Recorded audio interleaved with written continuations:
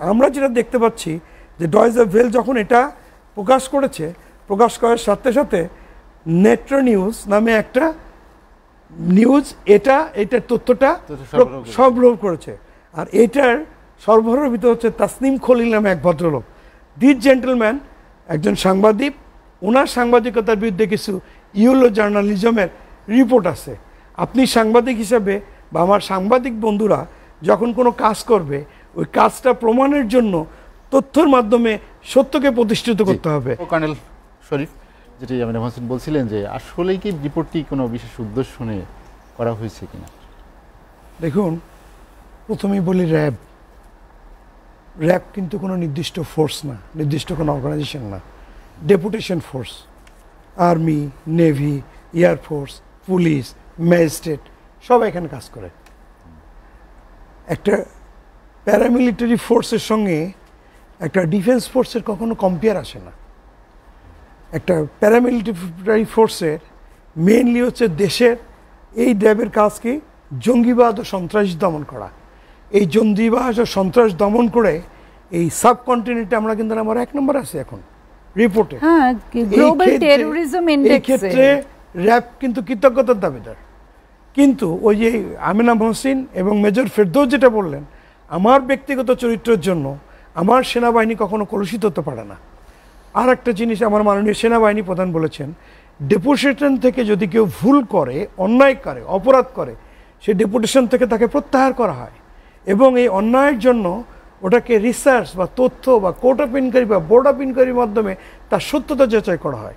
কারণ সে একটা tough job করছে, সে একটা সন্ত্রাসীর বিরুদ্ধে কাজ করছে, তাকে তো ইচ্ছা করেও প্রবলেমে ফেলে দিতে পারে। সেই জন্য রিসার্চ, তথ্য, কোর্ট অফ ইনকোয়ারি বা বোর্ড অফ ইনকোয়ারির মাধ্যমে তার সত্যতা যাচাই করা হয়। সত্যতা যাচাই করায় যদি সে প্রমাণিত হয় যে সে রিয়েলি ডিফল্টার, তাকে পানিশমেন্ট দেওয়া হচ্ছে অহরহ। সেম ওয়ে আমাদের সমগ্র বাহিনী থেকে, army, navy, air force, police, BGB, Ansar, even আমাদের নর্মাল যে BCS organisation, if anybody is doing something wrong, he will be paralysed. এটার জন্য দেশের কোনো স্কোপ নাই। এখন আমরা আসি ডয়েজে ভেল। গত বছর আমরা এই ধরনের একটা রিপোর্ট করেছিল এপ্রিলে। কি করেছিল? তো ডেথ নিয়ে একটা রিপোর্ট, র্যাবের ডেথ নিয়ে। যখনই গত বছর এপ্রিল মাসে এটা প্রচার করা হয়, প্রচার করার পরপরই আমাদের পররাষ্ট্র মন্ত্রণালয় একটা তীব্র প্রতিবাদ জানিয়েছে। প্রতিবাদ জানানোর পর সবাই মোটামুটি স্থবির যে জিনিসটা কী হচ্ছে, এটা সংগঠিত হচ্ছে। আমরা একটু দেখতে পাচ্ছি আমাদের দেশের ইউএস অর্গানাইজেশন, আমেরিকান যে মিশন অ্যাম্বাসি, সেখানে যে একটা ওয়েবসাইটে ওটেরই বেঙ্গলি ভার্সন এবং ইংলিশ ভার্সন দিয়ে আবার ইনসার্ট করা হয়েছে। এটা কিন্তু তাদের রাজনৈতিক উদ্দেশ্য হতে পারে, তাদের দেশিগত উদ্দেশ্য হতে পারে, তাদের সামাজিকগত উদ্দেশ্য হতে পারে। এই কয়েকদিন আগে আমাদের দেশে যখন ইলেকশন হলো, তখন কিছু স্যাংশন, এটা ওটা থাকতে পারে। এটা একটা পদ্ধতিগত সিস্টেম হতে পারে। এখন আমরা আসি ইউএস থেকে প্রকাশিত একটা বই, that is US intelligence community. বইটার লেখক হচ্ছে জেফ্রি টি রিসল্যান্ড।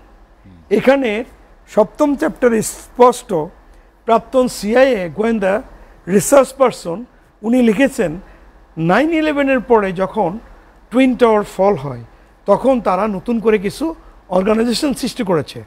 আপনি জানেন 4টা দেশ চালানোর জন্য সবসময় 4টা ইউটেন্সিল বা 4টা word, that is dime mean diplomat. জানি সবার সাথে ডিপ্লোমেসি মেনটেন করা। যেমন আমাদের ডিপ্লোম্যাট হচ্ছে পররাষ্ট্রনীতি, সবার সাথে সুরাষ্ট্র মানে বন্ধুত্ব সম্পর্ক। নাম্বার 2 হচ্ছে ইন্টেলিজেন্স। এই ইন্টেলিজেন্স হচ্ছে সিভিল ইন্টেলিজেন্স, আভ্যন্তরীণ ইন্টেলিজেন্স, গোয়েন্দা ইন্টেলিজেন্স। যেমন পার্শ্ববর্তী কান্ট্রি 62 এবং 67-এ 2টা যুদ্ধ হওয়ার পরে তারা র নামে একটা অর্গানাইজেশন তৈরি করেছে।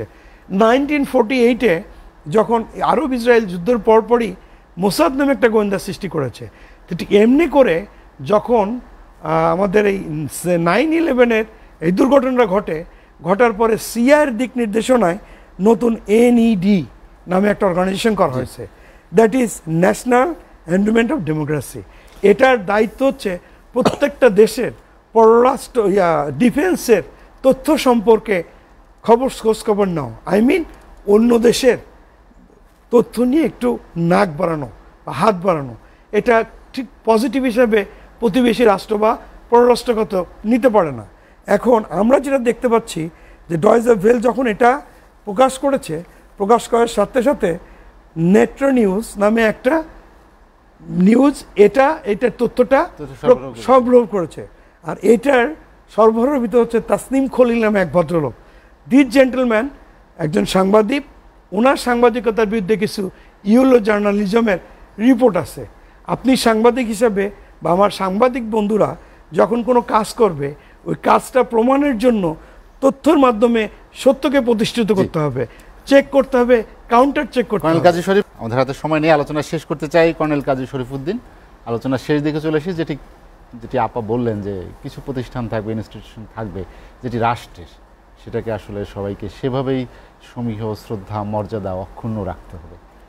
বাস্তবতা কি সেরকম? ধন্যবাদ।